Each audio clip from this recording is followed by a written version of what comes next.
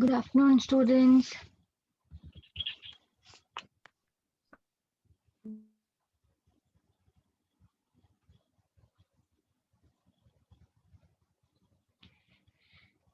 Yes, कल नया chapter start किया था ना, रदरफोर्ड मॉडल। रदरफोर्ड मॉडल पे ही हम लोग स्टडी कर रहे थे। आज से कंप्लीट कर लेते हैं। हाँ, क्या क्या देखा हमने, एक छोटा सा रिवीजन देख लेते हैं। सबसे पहले हमारा क्या था, एम आई ऑडिबल ना? Yes ma'am. ओके, सबसे पहले हमने डाल्टन्स एटॉमिक मॉडल देखा था। इस पे से कोई क्वेश्चन नहीं बनेगा ऑब्वियसली।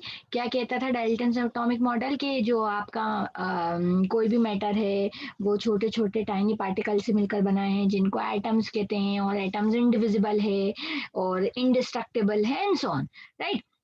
फिर आए जे जे थॉमसन। जे जे थॉमसन ने किसकी डिस्कवरी की? इलेक्ट्रॉन की डिस्कवरी की। उन्होंने बोला कि जो आपका एटम है उस पे जो पॉजिटिव चार्ज है वो पूरा पॉजिटिव चार्ज का होता है एटम, और उसके बीच में क्या होते हैं, बीच बीच में इलेक्ट्रॉन्स होते हैं। जैसे वाटरमेलन्स में सीड्स होते हैं, या फिर जैसे हम कोई भी पुडिंग लेते हैं उसमें एलमंड्स वगैरह या फिर राइस वगैरह लेते हैं, वैसा कुछ। ठीक है, इसके बाद हमने क्या देखा, इनके हिसाब से है ना, मेन पकड़ने वाली बात क्या है यहाँ पे, इनके हिसाब से जो आपका एटम था उसका मास यूनिफॉर्मली डिस्ट्रीब्यूट था। इसको किसने रॉन्ग प्रूफ किया? इसको रॉन्ग प्रूफ किया किसने? रदरफोर्ड ने।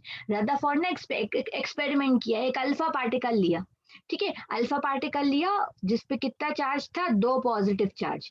और उन्होंने बोला कि, और उसको किसके पास रख दिया, उसके आगे किस पे स्ट्राइक करवाया, अल्फा पार्टिकल को एक गोल्ड फॉइल पे स्ट्राइक करवाया। अब ये गोल्ड फॉइल रही, गोल्ड फॉइल है, गोल्ड भी किसी एटम का होगा, तो उसके एटम में भी इलेक्ट्रॉन्स प्रोटॉन न्यूट्रॉन्स होंगे। तो उन्होंने बोला कि नहीं, ऐसा नहीं होगा, जो आपका स्फीयर है ऐसा पूरा पॉजिटिव चार्ज नहीं होगा, ऐसा नहीं है कि बीच बीच में इलेक्ट्रॉन हो।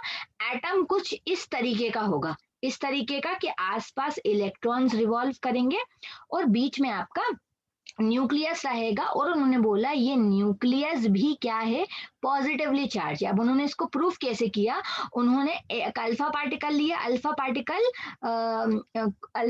लिया, तो जब अल्फा पार्टिकल, मान लो ये अल्फा पार्टिकल है, ठीक है, तो ज्यादातर अल्फा पार्टिकल ऐसे सीधे के सीधे चलेगा। ऑलमोस्ट सारे अल्फा पार्टिकल ने स्क्रीन पे कितने एंगल्स बिल्कुल डिफ्लेक्ट नहीं हुए, 0 डिग्री डिफ्लेक्शन हुआ, और वो सीधे के सीधे आगे चले गए। क्यों?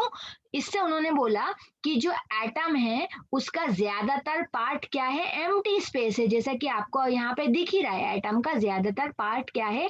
एम्प्टी स्पेस है, यहाँ पे कुछ नहीं था, तो वो सीधा का सीधा चला गया। और फिर वो कहने लगे, फिर उन्होंने कहा कि कुछ कुछ अल्फा पार्टिकल जो हैं वो क्या हुए, किसी एंगल से स्कैटर्ड हो गए। अब वो कब होगा इस फिगर के अकॉर्डिंग? वो जब हुआ होगा जब आपके अल्फा पार्टिकल, मान लो इनके पास पॉजिटिवली चार्ज है, वो न्यूक्लियस के अगर थोड़ा पास गुजरेंगे, न्यूक्लियस के अगर थोड़ा पास गुजरे होंगे तो क्या होगा? सीधे सीधे सीधे सीधे सीधे गए, जा रहा होगा अल्फा पार्टिकल, लेकिन इस न्यूक्लियस की वजह से जो पॉजिटिव चार्ज है रिफ्लेक्शन हुआ, सॉरी डिफ्लेक्शन हुआ, और वो अल्फा पार्टिकल स्कैटर्ड हो गए। जब वो न्यूक्लियस के थोड़े से पास से गुजरा होगा, जब ये आपकी कंडीशन हुई, तब क्या हुआ? आपका अल्फा पार्टिकल डिफ्लेक्ट हो गया। ठीक है, बात समझ में आ रही है? यस ठीक मैम। है। अब और लास्ट केस उन्होंने बोला, लास्ट केस ये आपका सेकंड वाला केस हो गया है ना। ये फर्स्ट केस था कि सीधा का सीधा हो गया, कोई डिफ्लेक्शन नहीं।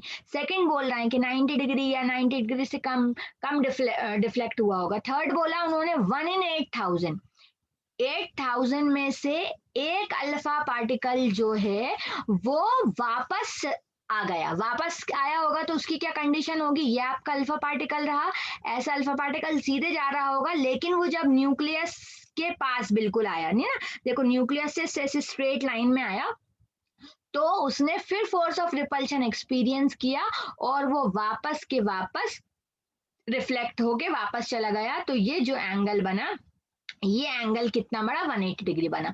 तो इससे उन्होंने अंदाजा क्या लगाया कि जो सिर्फ एक ही बार ऐसा हुआ 8000 बार में से, तो इससे उन्होंने ये बोला कि ये जो न्यूक्लियस है ये कंपैरेटिवली स्मॉल है, मतलब इसका जो साइज है ना, हाँ है पॉजिटिव चार्ज है, अच्छा खासा पॉजिटिव चार्ज है, तभी अल्फा पार्टिकल को उसने डिफ्लेक्ट कर दिया। लेकिन ये जो अल्फा पार्टिकल होगा आपका, सॉरी ये जो न्यूक्लियस होगा ये कैसा होगा, स्मॉल होगा साइज में।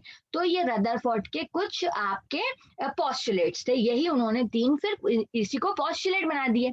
और फिर उन्होंने बोला कि जो इलेक्ट्रॉन्स है, अच्छा उन्होंने गलती क्या करी, उन्होंने बोला कि इलेक्ट्रॉन जो है आसपास रिवॉल्व कर रहे हैं, इलेक्ट्रॉन जो हैं आसपास रिवॉल्व जो कर रहे हैं, तो ये किसी भी ऑर्बिट में रिवॉल्व कर सकते हैं। यहाँ पे भी इलेक्ट्रॉन हो सकते हैं, यहाँ पे भी इलेक्ट्रॉन हो सकते हैं, यहाँ पे भी इलेक्ट्रॉन हो सकते हैं, लेकिन अभी जो हम पढ़ते हैं उसमें ऐसा नहीं होता।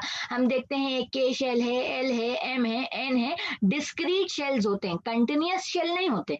ठीक है, तो ये रदरफोर्ड का एक्सपेरिमेंट था। और फिर उन्होंने इसके लिए ये ग्राफ प्लॉट किया था ना, कुछ डेटा पॉइंट्स थे, कुछ डेटा पॉइंट्स थे जो एक्सपेरिमेंट से लिए गए कि इतने अल्फा पार्टिकल हैं, इतने अल्फा पार्टिकल है, लेकिन उन्होंने इसकी एक स्मूथ कर्व बना दी, इसको वो बोल रहे थे रदरफोर्ड फॉर्मूला, जो आपका ये है। इस पे कल हमने कुछ न्यूमेरिकल्स भी किए थे। क्या बोला उन्होंने कि जो number of scattered alpha particles हैं वो इनवर्सली प्रोपोर्शनल है किसके, साइन 4 थीटा बाय 2, और थीटा क्या है आपका, स्कैटरिंग एंगल है। ठीक है, अब इसी में हमें एक दो पैरामीटर और पढ़ने पड़ते हैं। नेक्स्ट टॉपिक स्टार्ट कर रहे हैं। यस, आज का टॉपिक स्टार्ट करते हैं, distance of closest approach. Next topic क्या है अपना, डिस्टेंस ऑफ क्लोजेस्ट अप्रोच, या फिर इसे क्या कहते हैं, इसे एस्टिमेशन ऑफ न्यूक्लियस। एनसीईआरटी में ऐसा लिखा रहता है, एस्टिमेशन ऑफ न्यूक्लियस, के न्यूक्लियस का साइज कितना है, एस्टिमेशन ऑफ न्यूक्लियस ऐसा भी लिखा रहता है। अब डिस्टेंस ऑफ क्लोजेस्ट अप्रोच का मतलब क्या है, वही देखो, ये अल्फा पार्टिकल है ना, अल्फा पार्टिकल बहुत तेजी से किसकी तरफ आ रहा है,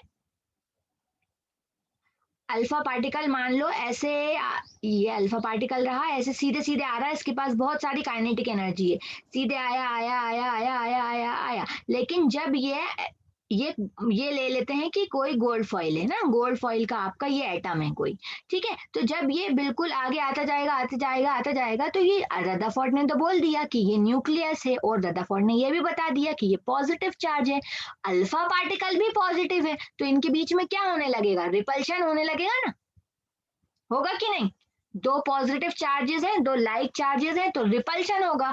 तो उन्होंने बोला कि जो बिल्कुल क्लोजेस्ट डिस्टेंस है अल्फा पार्टिकल का, कि अल्फा पार्टिकल कितने पास जा सकता है न्यूक्लियस का, उस डिस्टेंस का नाम उन्होंने क्या रख दिया, उस डिस्टेंस का नाम रख दिया आर नॉट। ठीक है, समझ में आया, इस डिस्टेंस को क्या बोलते हैं, डिस्टेंस ऑफ क्लोजेस्ट अप्रोच। क्या कह रहे हैं, distance of closest approach is the minimum distance between alpha particle and the center of nucleus just before it reflects back by 180 degree। Distance of closest approach क्या है, एक minimum distance है किसके बीच में, अल्फा पार्टिकल और centre of nucleus के बीच में। जैसे ही अल्फा पार्टिकल एक पर्टिकुलर डिस्टेंस से पहुंचता है, उसके बाद उस पर फोर्स ऑफ रिपल्शन लगने लगता है, और वो 180 डिग्री से रिफ्लेक्ट हो जाता है या डिफ्लेक्ट हो जाता है ना, हम कुछ भी कह लें। ठीक है, तो इस डिस्टेंस को क्या बोला, आर नॉट। अब इसी से आर नॉट से देखो यहाँ पे आके क्या हुआ है, फोर्स ऑफ रिपल्शन लगने लगा, तो इसी से क्या इसका अंदाजा लगाया गया कि ये जो न्यूक्लियस है इसका साइज क्या होगा। देखो ये आपका आर नॉट है, तो आर नॉट से कम ही न्यूक्लियस का साइज, सॉरी आर नॉट से कम ही क्या होगा आपका जो न्यूक्लियस है उसका साइज होगा। इज इट क्लियर, कोई डाउट, यस कोई डाउट, No, ma'am. ठीक है। अब इसी को क्या किया है, इसी को ड्राइव किया है कि आर नॉट की आपकी वैल्यू क्या हो सकती है। तो देखो आर नॉट की वैल्यू निकालना है हमें, पहले जब इलेक्ट्रॉन ट्रैवल कर रहा है, सॉरी अल्फा पार्टिकल जब ट्रैवल कर रहा है तो उसके पास कौन सी एनर्जी है, Energy. अल्फा पार्टिकल बहुत तेजी से आ रहा है ना न्यूक्लियस के पास, बहुत तेजी से कहाँ आ रहा है, आगे आ रहा है, तो उसके पास कोई एनर्जी है, तो उसके पास कौन सी एनर्जी होगी? Kinetic energy. हाँ देखो, ये यहाँ पे ड्रॉ करके बताती हूँ। ये आपका, मान लो कोई एटम है, इसके पास आपका अल्फा पार्टिकल आ रहा है, ये इसका न्यूक्लियस है, आसपास कुछ इलेक्ट्रॉन्स है, और ये हमारा अल्फा पार्टिकल ऐसे आ रहा है, आ रहा है, आ रहा है, आ रहा है, आ रहा है, और एक टाइम पे वो वापस रिफ्लेक्ट हो गया। इस डिस्टेंस को क्या बोल रहे हैं? आर नॉट बोल रहे हैं। तो जब अल्फा पार्टिकल इसके पास बहुत तेजी से आ रहा होगा, तो धीरे धीरे धीरे धीरे धीरे तेजी से आ रहा होगा, और धीरे धीरे उसकी स्पीड कम होने लगेगी। क्यों? क्योंकि वो फोर्स ऑफ रिपल्शन एक्सपीरियंस करने वाला होगा। तो पहले उसके पास कौन सी एनर्जी होगी? काइनेटिक एनर्जी होगी। ठीक है, काइनेटिक एनर्जी कितनी होती है? Yes, ma'am kinetic, 1 yes, 1 1 by by 2 m 1 v by square। V square ना। कितनी काइनेटिक एनर्जी? 1/2 mv square. अब वो जैसे ही इसके पास आएगा, न्यूक्लियस के पास आएगा, तो एक ऐसा पॉइंट आएगा कि काइनेटिक एनर्जी कम होते होते होते कितनी हो जाएगी? बहुत कम हो जाएगी। और जो आपका अल्फा पार्टिकल है वो किसमें पहुंच, रेस्ट में पहुंच जाएगा। तो जब अल्फा पार्टिकल रेस्ट में होगा, तो उस वक्त उसके पास कौन सी एनर्जी होगी? आपकी पोटेंशियल एनर्जी होगी। तो इस पर्टिकुलर पॉइंट पे, मान लो ये वो पॉइंट है ना, ये ए वो डिस्टेंस ऑफ क्लोजेस्ट अप्रोच है, तो इधर क्या होगा? जो पूरी काइनेटिक एनर्जी है, किस में कन्वर्ट हो गई होगी? पोटेंशियल एनर्जी में कन्वर्ट हो गई होगी। ठीक है, तो काइनेटिक एनर्जी हम क्या ले लें? 1/2 mv स्क्वायर। अच्छा, पोटेंशियल एनर्जी कितनी होगी अल्फा पार्टिकल की? यस, पोटेंशियल एनर्जी कितनी होगी?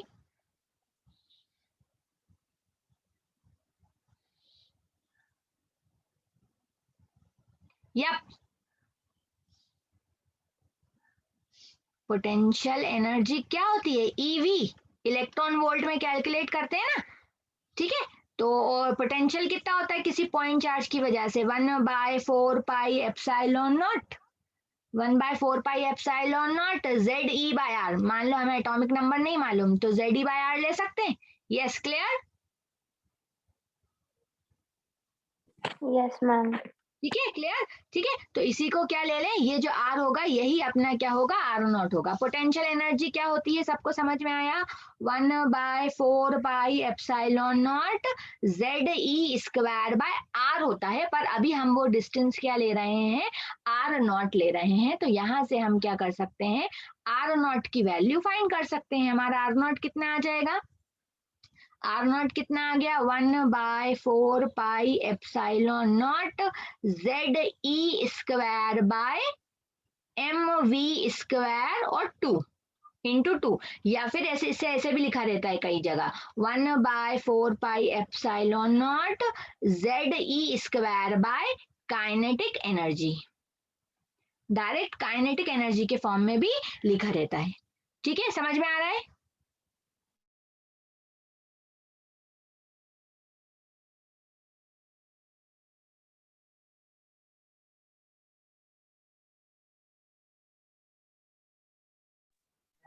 Yes ma'am.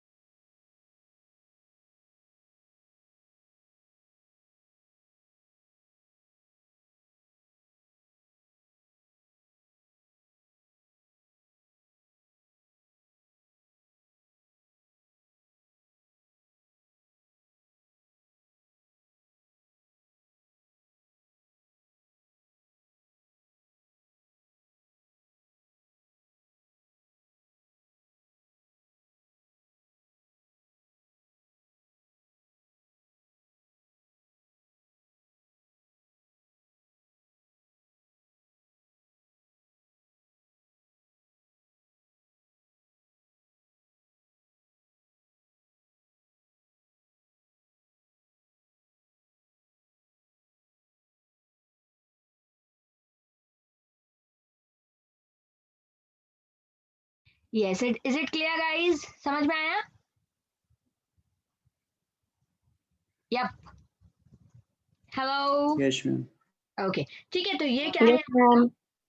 Distance of closest approach है ना, ये आपका आ गया आर नॉट। आर नॉट को क्या बोल रहा है कि इतना मिनिमम डिस्टेंस आपका पहुंच सकता है। अच्छा, अब इसी से क्या अंदाजा लगा सकते हैं हम, इसी से हम क्या फाइंड कर सकते हैं, आर नॉट मतलब जो न्यूक्लियस है उसका साइज फाइंड कर सकते हैं ये आर नॉट की। देखो यहाँ पे सारे कांस्टेंट है, ये जेड जो है, ये सॉरी ये 1/4 पाई एप्सिलॉन नॉट की वैल्यू क्या हो जाएगी, 1/4 पाई एप्सिलॉन नॉट अपन को पता है, फर्स्ट चैप्टर पढ़ चुके हैं, 9 इंटू 10⁻⁹। ठीक है, जेड अपना एटॉमिक नंबर है, तो अगर अपन मान लो अगर गोल्ड फॉइल लिया अपन ने, ठीक है, तो इसका एटॉमिक नंबर कितना हो जाएगा, गोल्ड का एटॉमिक नंबर 78 या 79, 79 हो जाएगा ना। ये भी क्या है आपका एक कांस्टेंट है। ई क्या है, ई हमारा चार्ज है, कितना होता है 1.6 इंटू 10⁻⁻19। ठीक है, तो ये भी क्या आ गया, ये भी एक कांस्टेंट है। अब बची काइनेटिक एनर्जी। ठीक है, तो अगर हम अल्फा पार्टिकल ले रहे हैं तो एनसीईआरटी क्या कहती है कि कोई अगर हम अल्फा पार्टिकल ले रहे हैं तो नेचुरली किसी अल्फा पार्टिकल की जो मैक्सिमम काइनेटिक एनर्जी हो सकती है वो कितनी हो सकती है, 7.7 मेगा इलेक्ट्रॉन वोल्ट। ऐसा एनसीईआरटी के डेटा के अकॉर्डिंग बता रही हूँ ना। तो एनसीईआरटी के डेटा के अकॉर्डिंग कोई अल्फा पार्टिकल अगर नेचुरली ट्रैवल कर रहा है तो उसमें मैक्सिमम जो एनर्जी है वो कितनी हो सकती है, 7.7 मेगा इलेक्ट्रॉन वोल्ट हो सकती है। अब हम इसे जूल्स में कन्वर्ट कर सकते हैं, मेगा कितना हो जाएगा 10⁶। ठीक है, मेगा कितना हो जाएगा आपका 10⁶ हो जाएगा, और अगर ये हो जाएगा 7.7 इंटू 10⁶। अब इलेक्ट्रॉन वोल्ट है तो इलेक्ट्रॉन वोल्ट है तो हम लिख सकते हैं 1.6 इंटू 10⁻⁻19 जूल्स।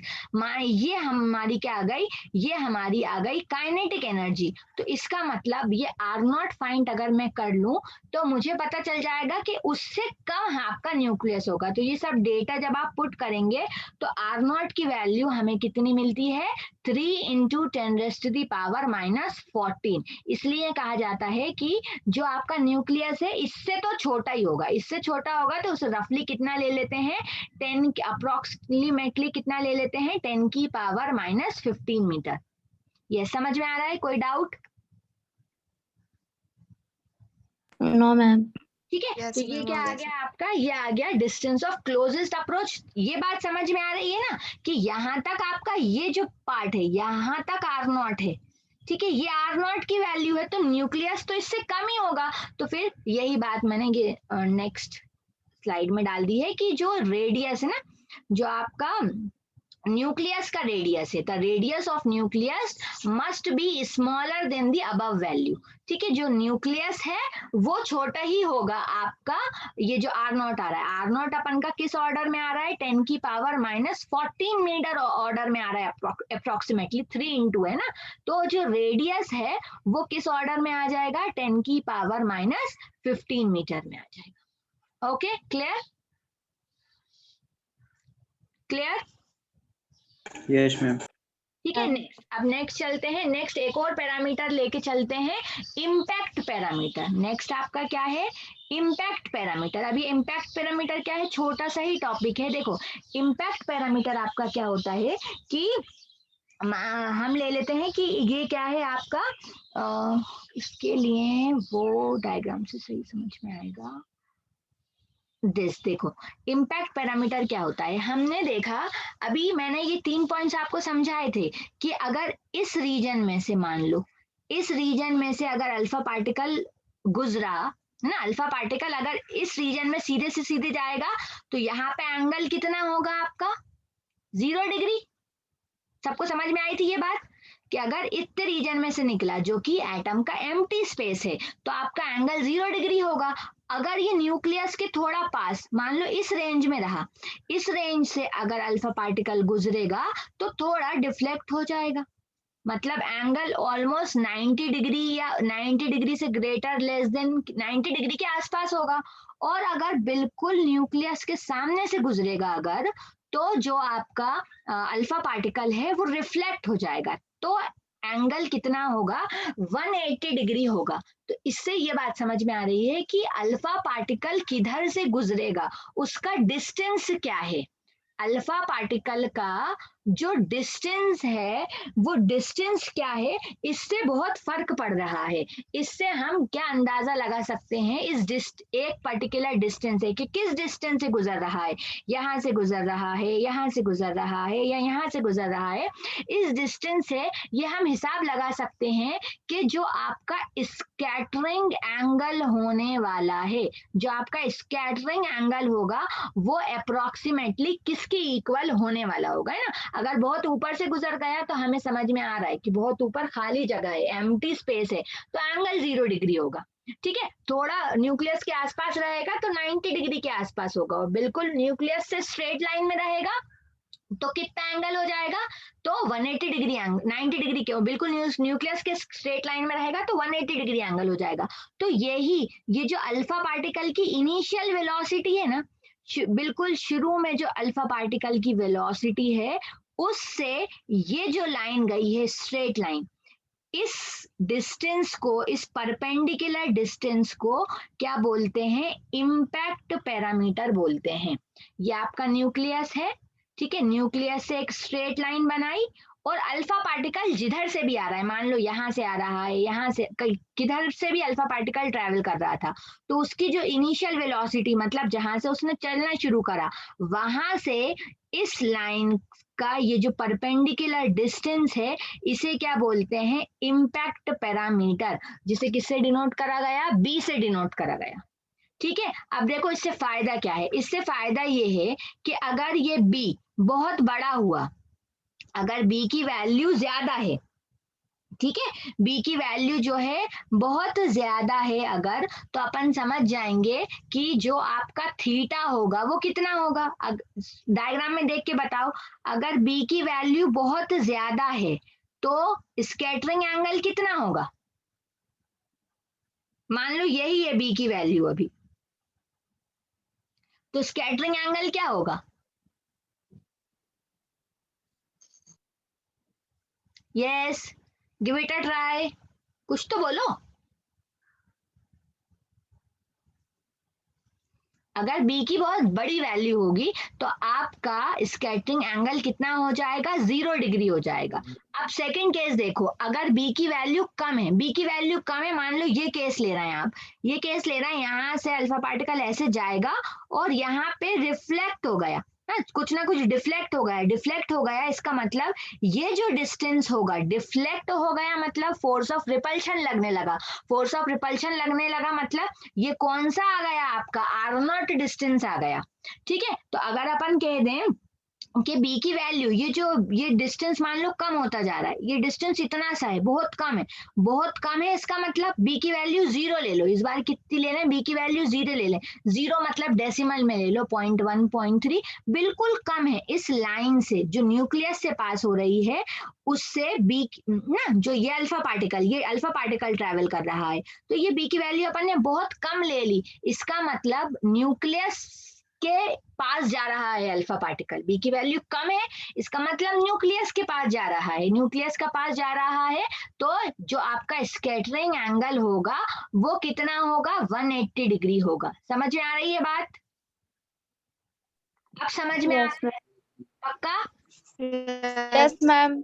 तो इम्पैक्ट पैरामीटर से यही अंदाजा लगाया जाता है कि स्कैटरिंग एंगल कितना होगा, यही बताया है ना। ये आपका न्यूक्लियस है, ठीक है, ये न्यूक्लियस है, तो ये न्यूक्लियस से एक स्ट्रेट लाइन बनाई और फिर अल्फा पार्टिकल जो भी ले लो, मान लो ये अल्फा पार्टिकल की ये ट्रेजेक्टरी थी ऐसा, तो ये स्कैटरिंग एंगल होगा, और ये जो परपेंडिकुलर डिस्टेंस है इसे क्या कहेंगे हम, इसे कहेंगे इम्पैक्ट पैरामीटर। तो इम्पैक्ट पैरामीटर का काम क्या है, इम्पैक्ट पैरामीटर से हमें क्या पता चलता है, स्कैटरिंग एंगल का आइडिया हो जाता है। अब रदरफोर्ड ने भी अपनी एक्सपेरिमेंटल सेटअप के थ्रू इसका भी एक फॉर्मूला दिया ना, इसका भी फॉर्मूला दिया, ये लिखा है, ठीक है, कि बी की वैल्यू जो आपका इम्पैक्ट पैरामीटर है वो कितना होगा, ZE² बाय ऐसा कुछ रहेगा, 1/4 pi epsilon naught ZE² by kinetic energy. अब काइनेटिक एनर्जी किसकी हो रही है, कौन घूम रहा था, अल्फा पार्टिकल है ना, अल्फा पार्टिकल ही मोशन में है, तो अल्फा पार्टिकल की काइनेटिक एनर्जी इनटू cot θ/2। ठीक है, तो ये आपका क्या आ गया, बी की वैल्यू आ गई। डायरेक्ट है, इसका कोई डेरिवेशन नहीं होता, डायरेक्ट ये फॉर्मूला आपका लिखा रहता है। ठीक है, यहाँ से हम कह सकते हैं कि जो आपका इम्पैक्ट पैरामीटर है वो डायरेक्टली प्रोपोर्शनल है किसके, कॉट थीटा बाय 2 से। अच्छा, ये ना कॉट थीटा बाय 2 भी लिखा रहता है और कहीं कहीं पे ऐसा लिखा रहता है, किसी किसी बुक्स में ऐसा भी लिखा रहता है। जो मैथ्स वाले स्टूडेंट हैं वो रिलेट कर पाएंगे, 1 plus cos theta divided by 1 minus cos theta, ऐसा लिखा रहता है। ठीक है, तो जब इसको सॉल्व करते हैं, 10th क्लास में भी आता है ये question, under root 1 plus cos theta divided by under root 1 minus cos theta. जब आप इसे सॉल्व करेंगे तो अल्टीमेटली आपको क्या मिलेगा, कॉट थीटा बाय 2 मिलेगा ना। 1 प्लस कॉस थीटा क्या होता है, yes math student wake up, 1 plus cos theta क्या होता है, 2 कॉस स्क्वायर थीटा बाय 2। ठीक है, और 1 माइनस कॉस थीटा क्या होता है, 1 माइनस कॉस थीटा होता है 2 साइन स्क्वायर थीटा बाय 2। अब ये अंडर रूट में है, 2 से 2 कैंसिल हो जाएगा, कॉस बाय साइन आपका कॉट हो जाएगा। ठीक है, कॉट स्क्वायर थीटा बाय 2 है, अंडर रूट से स्क्वायर कैंसिल हो जाएगा और सिर्फ क्या बचेगा आपका, सिर्फ क्या बचेगा, कॉट थीटा बाय 2। ठीक है, तो बी किसके प्रोपोर्शनल आ जाएगा, कॉट थीटा बाय 2। तो दोनों फॉर्म में आप याद रखना ना, ये फॉर्मूला याद रखना, ऐसा एक्सपेरिमेंटल फॉर्मूला है ना, ऐसे ऐसा ड्राइव नहीं किया जाता। Z e square 1/4 pi epsilon not kinetic energy, और ऐसा लिखा रहता है 1 plus cos theta divided by 1 minus cos theta. Clear, clear, कोई doubt? No, No, ma'am. ma'am. Okay, ठीक है, ये आ गया आपका इम्पैक्ट पैरामीटर, आई गेस अब ये हो गया। ठीक है, तो ये दो चीजें हमने देखी, एक स्कैटरिंग एंगल, तीन तीन चीजें ना, एक स्कैटरिंग एंगल है आपका, और क्या है, एक इम्पैक्ट पैरामीटर और एक डिस्टेंस ऑफ क्लोजेस्ट अप्रोच। फिर अब एक डेरिवेशन आता है आपका कि रदरफोर्ड के अकॉर्डिंग जो टोटल एनर्जी होने वाली है वो क्या होगी, टोटल एनर्जी जो है वो कितनी होगी। ओके, करते हैं नेक्स्ट डेरिवेशन। यस, इतना समझ में आया? ठीक है, Yes, ma'am. Yes, ma'am. Rutherford ने कि आपका एक न्यूक्लियस है। ठीक है, न्यूक्लियस कैसा है, पॉजिटिवली चार्ज है और आसपास क्या है आपके इलेक्ट्रॉन्स हैं जो रिवॉल्व कर रहे हैं। ठीक है, आसपास क्या है, इलेक्ट्रॉन्स हैं जो रिवॉल्व कर रहे हैं। अब आसपास इलेक्ट्रॉन्स रिवॉल्व कर रहे हैं, इसका मतलब कौन कौन सी एनर्जी इन्वॉल्व होंगी। अभी देखो, ये आपका इलेक्ट्रॉन है और बीच में कोई पॉजिटिव चार्ज है, ऐसा वो कह रहे हैं ना, पॉजिटिव चार्ज है, अपन को नहीं मालूम पॉजिटिव चार्ज है मतलब प्रोटॉन है, तो एक प्रोटॉन पे कितना चार्ज होता है, ई, हमको नहीं मालूम, जनरल फॉर्मूला अगर निकालें हमें नहीं मालूम क्या है प्रोटॉन, कौन सा है, कौन क्या एटॉमिक नंबर है, जरूरी नहीं है गोल्ड ही हो ना, वो तो एक्सपेरिमेंटल चीज थी। तो मान लेते हैं कि प्रोटॉन पे चार्ज कितना होगा, जेड, एटॉमिक नंबर के पे डिपेंड करता है वो, तो प्रोटॉन पे कितना चार्ज है, जेड, और ये आपका इलेक्ट्रॉन कितना हो जाएगा, इलेक्ट्रॉन तो ई माइनस है। ठीक है, तो जब ये दोनों हैं इनके बीच में कौन सा फोर्स होगा, इलेक्ट्रोस्टैटिक फोर्स होगा, कूलम्स जो हमने पढ़ा था। तो इलेक्ट्रोस्टैटिक फोर्स कितना हो जाएगा, 1/4 pi epsilon naught Z E into E by R का स्क्वायर। ये जो भी आपका ऑर्बिट का रेडियस है, ये जो ऑर्बिट है, ये जो ऑर्बिट है इससे और ये जो न्यूक्लियस है इसके बीच के डिस्टेंस को रेडियस बोल रहे हैं, आर बोल रहे हैं। ठीक है, अब ये इलेक्ट्रॉन रिवॉल्व कर रहा है और किस पाथ में, क्या बोला रदरफोर्ड ने, सर्कुलर पाथ में रिवॉल्व कर रहे हैं। सर्कुलर, जो ये अट्रैक्ट करने की कोशिश कर रहा है इलेक्ट्रॉन, प्रोटॉन इलेक्ट्रॉन को, तो इलेक्ट्रॉन क्या कर रहा है, उसको किस में कन्वर्ट कर रहा है, किस एनर्जी में कन्वर्ट कर रहा है, सेंट्रिपिटल फोर्स में कन्वर्ट कर रहा है। किस फोर्स में कन्वर्ट कर रहा है, सेंट्रिपिटल फोर्स में कन्वर्ट कर रहा है। तो सेंट्रिपिटल फोर्स कितना होता है, any idea? Yes, centripetal force कितना होता है, यस गाइस,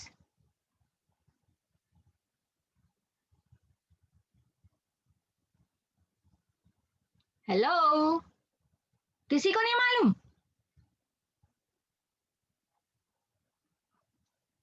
हेलो, अरे बाबा कोई सुन भी रहा है, सेंट्रिपिटल फोर्स नहीं हाँ मालूम?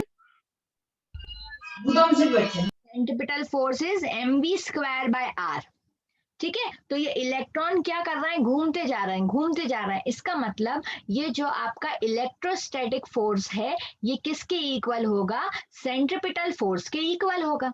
ठीक है, जो इलेक्ट्रोस्टैटिक फोर्स है किसके इक्वल होगा, सेंट्रीपिटल फोर्स के इक्वल होगा। तो हम कह सकते हैं 1/4 pi epsilon not ZE square by R square किसके इक्वल होगा, mv स्क्वायर बाय r के इक्वल होगा। अब ये r से r कैंसिल आउट होगा तो हमें mv स्क्वायर की वैल्यू मिली। mv स्क्वायर अपन को कितना मिला, 1/4 pi epsilon not ZE square by r। अब देखो इसको मार्क कर रही हूँ मैं, इक्वेशन 1 क्यों मार्क कर रही हूँ अभी मैं बता रही हूँ।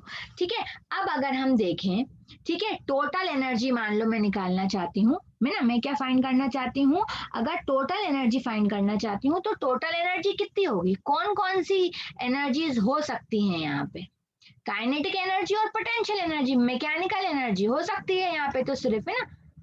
अगर हम कोई रेजिस्टेंस नहीं माने, कुछ नहीं माने, तो जो टोटल एनर्जी है वो हमारी कितनी हो जाएगी, kinetic energy plus potential energy. Potential energy कितनी होती है, -ev, राइट। पोटेंशियल एनर्जी कितनी होती है, -ev। तो टोटल एनर्जी मेरी कितनी हो जाएगी, 1/2 mv स्क्वायर, और पोटेंशियल एनर्जी अभी हमने फाइंड की थी कितनी, माइनस में लेंगे, इलेक्ट्रॉन है, साइन का ध्यान रखना पड़ेगा, 1/4 पाई एप्सिलॉन नॉट, ये हो जाएगा ZE स्क्वायर बाय r। समझ में आ रहा है, डाउट हो तो पूछ लेना, समझ में आ रहा है ना। Yes, ma'am. ठीक है, तो ये हो गया हमारा, देखो इसलिए मैंने ये mv स्क्वायर की निकाली, ये mv स्क्वायर की वैल्यू मैंने यहाँ पहले से ही एडवांस में निकाल के रखी। तो टोटल एनर्जी कितनी हो जाएगी, 1/2 इंटू ये mv स्क्वायर की वैल्यू रखें तो ये हो जाएगा 1/4 pi epsilon not ZE square by r, और ये हो जाएगा आपका प्लस माइनस माइनस, क्या हो गया ये, minus 1/4 pi epsilon not ZE square by r। अब देखो सब कॉमन है, बस यहाँ पे 4 2 8 हो रहा है, पर यहाँ पे 4 ही है, तो एलसीएम ले लें, एलसीएम ले लें, या फिर 2 से मल्टीप्लाई कर देते हैं और 2 से डिवाइड कर देते हैं। ये स्टेप समझ में आई, नीचे का कॉमन करने के लिए 2 से मल्टीप्लाई कर दिया और 2 से डिवाइड कर दिया, तो टोटल एनर्जी कितनी हो जाएगी, देखो ये हो गया आपका, नीचे कितना आ गया, 8 पाई एप्सिलॉन नॉट r, नीचे ये क्या गया, 8 पाई एप्सिलॉन नॉट r, यहाँ भी 8 पाई एप्सिलॉन नॉट r भी, यहाँ पे क्या है, ZE square plus ZE square, और यहाँ पे क्या आ गया, -2 ZE स्क्वायर। तो plus ZE square minus ZE square क्या हो जाएगा, प्लस ZE स्क्वायर और माइनस ZE स्क्वायर कितना हो जाएगा, प्लस माइनस माइनस 2 - 1 1, तो क्या आ जाएगा, -ZE स्क्वायर। तो टोटल एनर्जी आपकी कितनी आ रही है, रदरफोर्ड के हिसाब से जो आपकी टोटल एनर्जी आ रही है जब इलेक्ट्रॉन ऑर्बिट कर रहा है तो कितनी आ रही है, -1/4 पाई एप्सिलॉन नॉट इंटू ना 2 के फॉर्म में इसको स्प्लिट करके लिख रही हूँ, तो ये हो जाएगा ZE स्क्वायर बाय 2r। 4 2 8 वही आ गया है ना, ये दोनों एक ही बात है। तो ये आपकी टोटल एनर्जी है। ठीक है, अब अगर आप सिर्फ काइनेटिक एनर्जी निकालें, अगर हम सिर्फ काइनेटिक एनर्जी निकालें तो काइनेटिक एनर्जी कितनी होती है, 1/2 mv स्क्वायर। mv स्क्वायर की वैल्यू लिखिए यहाँ पे नीचे, mv स्क्वायर की वैल्यू ये रही 1/4 pi epsilon not, 1/4 pi epsilon not ZE square by r। देखो 4 2 8, ये वही आ गई, यही चीज आ गई। तो जो टोटल एनर्जी है आपकी वो किसके इक्वल है, माइनस ऑफ काइनेटिक एनर्जी। ठीक है, टोटल एनर्जी किसकी इक्वल है, माइनस ऑफ काइनेटिक एनर्जी। जल्दी जल्दी तो नहीं हुआ, सबको समझ में आया, Yes, ma'am. Yes, ma'am. किसी को कोई Yes, दिक्कत, ma'am. No, ma'am. ठीक है। अब यहाँ से आपको जो भी न्यूमेरिकल में जो भी डेटा गिवन हो उसके हिसाब से आप कर सकते हैं, बट यहाँ से पूछते नहीं है। एटॉमिक स्पेक्ट्रम से क्वेश्चन ज्यादातर नीट जेई में जाता है, लेकिन ये सिलेबस का पार्ट था तो इसलिए मैंने करा दिया है। ठीक है, distance of closest approach, scattering angle, यहाँ से क्वेश्चन बन सकता है। अभी तक इस पर्टिकुलर टॉपिक पे total energy of Rutherford model, इस पे क्वेश्चन नहीं बनता है, ज्यादातर बोर्ड से बनते हैं। ठीक है, ठीक है, ये हो गया आपकी टोटल एनर्जी। तो टोटल एनर्जी कितनी आ गई, -1/4πε0 बोल लो, या फिर ये बोल लो, क्या बोल लो, -8πε0 कुछ भी कह सकते हैं आप, है ना। या फिर टोटल एनर्जी को किस फॉर्म में भी लिख सकते हैं, माइनस ऑफ काइनेटिक एनर्जी। के नीट के स्टूडेंट जो है कभी कभी नीट में ऐसे फॉर्मूला बेस पूछ सकते हैं कि क्या है, जेई में तो नहीं पूछ सकता, फिर नीट में आ सकता है कि एनर्जी कितनी होती है रदरफोर्ड मॉडल में ना। तो आपको अगर ई और आर के फॉर्म में लिखवाना है तो ये हो जाएगा, नहीं तो टोटल एनर्जी माइनस होती है, नेगेटिव होती है टोटल काइनेटिक एनर्जी के। क्लियर। अब आते हैं लास्ट टॉपिक आज की क्लास का, रदरफोर्ड मॉडल का लास्ट है लिमिटेशन। क्या प्रॉब्लम हुई कि रदरफोर्ड मॉडल फेल हो गया।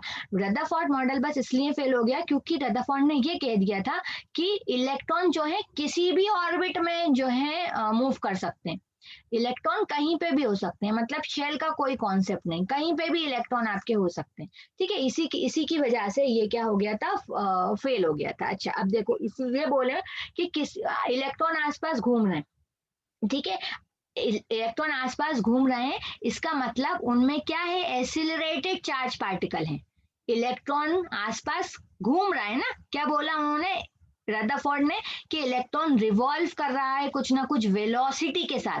अब कोई चीज किसी कुछ वेलोसिटी होगी, वेलोसिटी भी चेंज होती रहेगी उस इलेक्ट्रॉन की। मतलब रदरफोर्ड के हिसाब से जो इलेक्ट्रॉन रिवॉल्व कर रहा था वो कैसा था, एसिलरेटेड चार्ज पार्टिकल था। कैसा था, एसिलरेटेड था। अब हमने इलेक्ट्रोमैग्नेटिक वेव्स में पढ़ा था, इलेक्ट्रोमैग्नेटिक वेव्स में हमने क्या देखा कि अगर कोई एसिलरेटेड चार्ज पार्टिकल है तो वो क्या एमिट करेगा, इलेक्ट्रोमैग्नेटिक वेव्स को एमिट करेगा। इलेक्ट्रोमैग्नेटिक वेव्स को एमिट करेगा, इसका मतलब एनर्जी रिलीज होगी। एनर्जी रिलीज होगी, इसका मतलब क्या हुआ, इसका मतलब मान लो अगर ये न्यूक्लियस है तो इलेक्ट्रॉन धीरे धीरे एनर्जी रिलीज करता जाएगा, करता जाएगा, करता जाएगा, करता जाएगा, और कहाँ पे आके क्रैश हो जाएगा, न्यूक्लियस में आके इलेक्ट्रॉन क्रैश हो जाएगा। बट एक्चुअल में ऐसा होता नहीं है, एक्चुअल में ऐसा होता नहीं है। और उन्होंने बोला कि ये सब कितने सेकंड में हो सकता है, 10 की पावर माइनस, मैक्सवेल ने बोला कि ये कितने सेकंड में हो सकता है, 10 की पावर -8 सेकंड में ये चीज हो सकती है, जो कि इम्पॉसिबल है, जो कि पॉसिबल नहीं है। तो ये था इसका पहला डिसएडवांटेजेस, कि वो इलेक्ट्रॉन जिस हिसाब से ऑर्बिट कर रहे हैं ना, जो ऑर्बिट कर रहा है, उन्होंने बोला कि कुछ ना कुछ वेलोसिटी के साथ ट्रैवल कर रहा है, मतलब वो एसिलरेटेड चार्ज पार्टिकल है। इलेक्ट्रॉन चार्ज पार्टिकल है ना, इलेक्ट्रॉन माइनस चार्ज होता है उसके ऊपर और एसिलरेटेड है। तो मैक्सवेल की थ्योरी के हिसाब से कोई भी एसिलरेटेड चार्ज पार्टिकल है तो वो इलेक्ट्रोमैग्नेटिक वेव्स रेडिएट करेगा। इलेक्ट्रोमैग्नेटिक वेव रेडिएट करेगा मतलब धीरे धीरे धीरे धीरे एनर्जी कम होती जाएगी, धीरे धीरे एनर्जी कम होती जाएगी। मान लो अभी ये ऑर्बिट था, तो ये न्यूक्लियस था, तो धीरे फिर ये हो गया ऑर्बिट, फिर ये हो गया, फिर ये हो गया, तो एक टाइम ऐसा आएगा कि वो न्यूक्लियस में क्लैश हो जाएगा electron. But this is not possible. तो ये इसका क्या था, ड्रॉबैक था, रदरफोर्ड का पहला ड्रॉबैक था। और सेकंड ड्रॉबैक क्या था रदरफोर्ड का, सेकंड था कि जो आपका एटॉमिक स्पेक्ट्रम्स होते हैं ना, डिफरेंट एटॉमिक स्पेक्ट्रम्स जो हैं, रदरफोर्ड के हिसाब से इलेक्ट्रॉन किसी भी ऑर्बिट में मूव कर सकता था। तो रदरफोर्ड के हिसाब से जो एटॉमिक स्पेक्ट्रम मिलने वाला था वो कैसा होना चाहिए, कंटिन्यूअस होना चाहिए। बट अभी हम ये आगे डिस्कस करेंगे, जब बोर्स मॉडल पढ़ेंगे तो हम ये देखेंगे कि जो एटॉमिक स्पेक्ट्रम होता है वो कैसा होता है, कंटिन्यूअस नहीं होता, बल्कि कैसा होता है, डिस्क्रीट होता है। ठीक है, तो ये एक ड्रॉबैक था कि जो ये नेक्स्ट क्लास में समझेंगे, अच्छे से आपको समझ में आएगा। फिलहाल के लिए इतना समझो कि जो एटॉमिक स्पेक्ट्रम का कॉन्सेप्ट था हाइड्रोजन के, रदरफोर्ड उसको एक्सप्लेन नहीं कर पाए। अगर उनके थ्योरी के हिसाब से सोचे तो वो कैसा होना चाहिए था, कंटिन्यूअस होना चाहिए था, बट वो पॉसिबल नहीं था। कैसा होता है atomic spectrum, discrete atomic spectrum होता है। ठीक है, तो ओवरऑल जो है वो इलेक्ट्रॉन का जो मोशन है ना, इलेक्ट्रॉन जिस हिसाब से आसपास मूव कर रहा है वो इसको बताने में सफल नहीं हुए। ठीक है, तो यही ड्रॉबैक था रदरफोर्ड के मॉडल का। ओके, ठीक है, आज की क्लास में समझ में आया ना, आज भी एक ही क्लास थी, आज की क्लास में बस इतना ही। कल बोर्स मॉडल पढ़ेंगे और एक दिन बोर्स मॉडल पढ़ लेंगे, एक दिन एटॉमिक स्पेक्ट्रम। तो आपका ये जो चैप्टर है एटॉमिक एटम, ये खत्म हो जाएगा। ठीक है, तो कल की क्लास बहुत इंपॉर्टेंट होने वाली है। ओके, ठीक है, चलो, ठीक। Okay, bye bye. Thank you, ma'am. You're welcome. Bye bye.